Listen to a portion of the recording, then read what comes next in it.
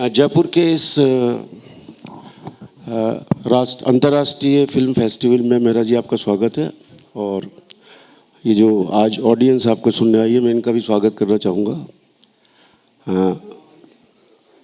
ये ऐसा मौका है जबकि हम एक ऐसे सिनेमा पे बात करने जा रहे हैं जो कि बम्बई के आम सिनेमा से थोड़ा सा अलग हटके दिखाई देता है। और एक क्रिएटिव आदमी कैसे मतलब अपनी चीज़ों को पेश करता है, इसका बहुत अच्छे उदाहरण मेहरा जी ने पेश किए हमारे सामने। ये सच है कि रंग दे बसंती से पहले आपने बहुत सारी कई फिल्में बनाई, लेकिन उसके बाद जो आपने एक नया ट्रेंड शुरू किया, मैं चाहूँगा कि थोड़ा सा उस पर आप बातचीत करें और हमारी ऑडियंस को बताएं कि वो कैसे ये चीज़ें बनी आपके दिमाग में।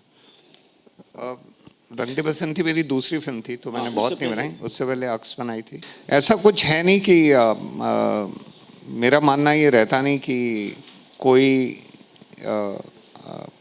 ट्रेंड को चेंज करता है या ट्रेंड सेटर्स होते हैं। आप जो समय की मांग होती है और जिस वक्त से आप गुजर रहे होते हैं, तो वो सिनेमा में वही झलकता है। अगर आप सच्चा सिनेमा बनाते हैं and which is true to yourself, तो बातें अपने आप आ जाती हैं। वो सिनेमा शब्द बहुत बड़ा है जी, और सदियों तक चलता है, मतलब 100 साल से तो हमारे देश में है। और उसमें कहीं ना कहीं आपको 15-20 साल मिलते हैं, और जो जैसे आप बड़े हुए हैं,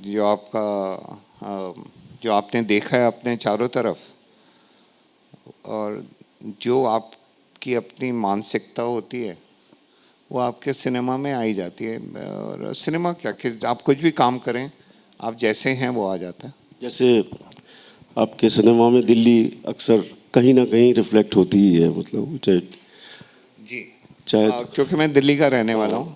अभी तो बॉम्बे का हूँ, मतलब अब मुंबई हो गई है, गया मैं बॉम्बे था। और तो क्योंकि दिल्ली की गलियाँ देखी हैं, वहाँ का सब कुछ देखा है, तो वो वही चीज़ें आती हैं कल्पना में। आपने सामर में शूटिंग की, वहाँ भी आपने दिल्ली क्रिएट की। और दिल्ली में क्या दिक्कत आ रही थी आपको उस फिल्म की शूटिंग करने में? जब रंग दे बसंती आप बना रहे थे, इसके बाद आपने ये जब दिल्ली 6 बनाई, उसमें आपने सामर में एक वो क्रिएट किया, दिल्ली का एक मोहल्ला है ना। तो दिल्ली में शूटिंग में कोई दिक्कत आ रही थी क्या उसको लेके? नहीं, ऐसा कुछ नहीं है। वो सब टेक्निकल चीज़ें होती हैं। आप कहाँ शूट कर रहे हैं, किसको क्या दिखा रहे हैं। बट उस समय का माहौल ये था, जब दिल्ली 6 बन रही थी, बहुत मंदिर मस्जिद चल रहा था। तो और वो अब आज भी चल रहा है। और तो उस फिल्म का मुद्दा यही था कि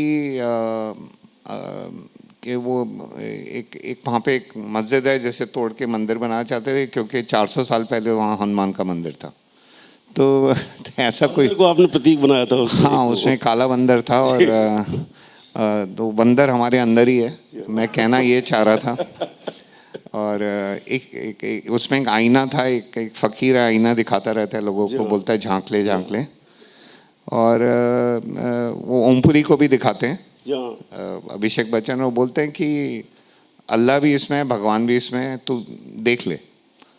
तो फिल्म बुरी तरह फ्लॉप हो गई, क्योंकि जब लोगों ने ये सुना, यार ये बोल रहा है कि अल्लाह और भगवान एक ही है, ये फिल्म नहीं देखनी चाहिए। पहले 3 दिन बहुत चली, 50 करोड़ का बिजनेस किया।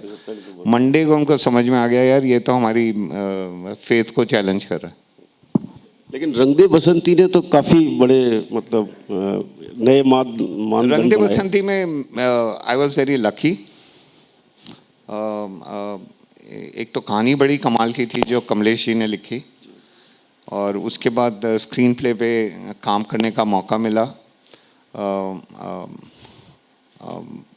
और बहुत अच्छे एक्टर मिले मेरे को, आमिर खान मिले, वहीदा जी मिली, माधवन, यंग एक्टर्स थे, वो भी बड़े अच्छे थे, अतुल कुलकर्णी, और ओम जी, तो इन सब का साथ मिला। मैं तो नया नया था, मेरी दूसरी फिल्म थी, इन्होंने बहुत काम किया था तो उनसे बहुत सीखने को मिला। बट कहीं ना कहीं उसमें जो एक अंदर का एक जो आपके अंदर का एक रिबेल होता है जी, वो निकल के आया। यूथ बेस्ड फिल्म थी बेसिकली तो असल में। हाँ मतलब एक 2000 करोड़ का एक घोटाला था मेग एयरप्लेन्स का, जो कैग ने अनर्थ किया था। और हमारे डिफेंस मिनिस्टर उस टाइम एक मिग प्लेन में बैठे, एक उनका जॉय राइड हुआ और वो आके उतर के बोलते हैं तो सेफ है, सेफ नहीं होता तो मैं थोड़ी बैठता। और हमारे बच्चे मर रहे थे, कुछ 200 से ज़्यादा प्लेन क्रैश हो चुके थे, 70 से ज़्यादा डेथ्स हो चुकी थी। तो और मैं एयरफोर्स स्कूल से हूँ, मेरा खुद मैंने ट्राई किया था कि फाइटर पायलट बनूं बट फेल हो गया था तो पहले ही एग्ज़ाम में। और जब हम स्कूल में घुसते थे रोज़ तो एक मिग 21 प्लेन वहाँ पे होता था, उसका ढांचा, और हम उसी के इर्द गिर्द वो इतना। और हमारे जो स्कूल टीचर्स थी वो फ्लाइंग ऑफिसर्स, विंग कमांडर्स की वाइफ थी, तो मैंने बड़ा नज़दीक से देखा एयरफोर्स को। अब तुम उसको ऐसे बोल दो कि यार ये जो यंग पायलट हैं ये होश में नहीं जोश में चलाते हैं प्लेन, मतलब ये सारी फिर पॉलिटिक्स को दूर रखो। तो मुझे उसमें बोलने का मौका मिला, जो अतुल कुलकर्णी बोलते हैं इंडिया गेट पे कैंडल मार्च जो था, कि किसी भी एक पॉलिटिशियन का नाम बता दो, किसी भी एक हिंदुस्तान की हिस्ट्री में जिसने अपने बच्चों को आर्मी, नेवी या एयरफोर्स में डाला हो या गए हों, कोई ऐसा, मतलब अचंभे की बात है और बड़ी सिंपल बात है। तो ये इंडिया गेट पे मेरे को ये बोलने का मौका मिला। ये एक अच्छा विषय था वो, जाहिर है। और इसके बाद दिल्ली 6, मुझे नहीं समझ में आता कि वो फिल्म क्यों फ्लॉप हुई, क्योंकि नहीं मुझे आता है ना, मैं वही तो समझा रहा हूँ। मैं आपको बोलूं कि आप ये शीशा देखो, इसमें अल्लाह भी है और भगवान भी है, आप ऐसे गुस्से हो जाएंगे।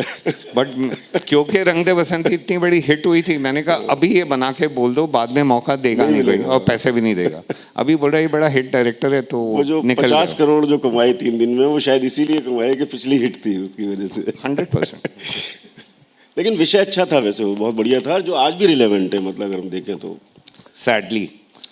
सैडली रंग दे भी रेलिवेंट है, दिल्ली 6 भी रेलिवेंट है। और तो वो बहुत खुश होने की बात नहीं है। I am very sad about that.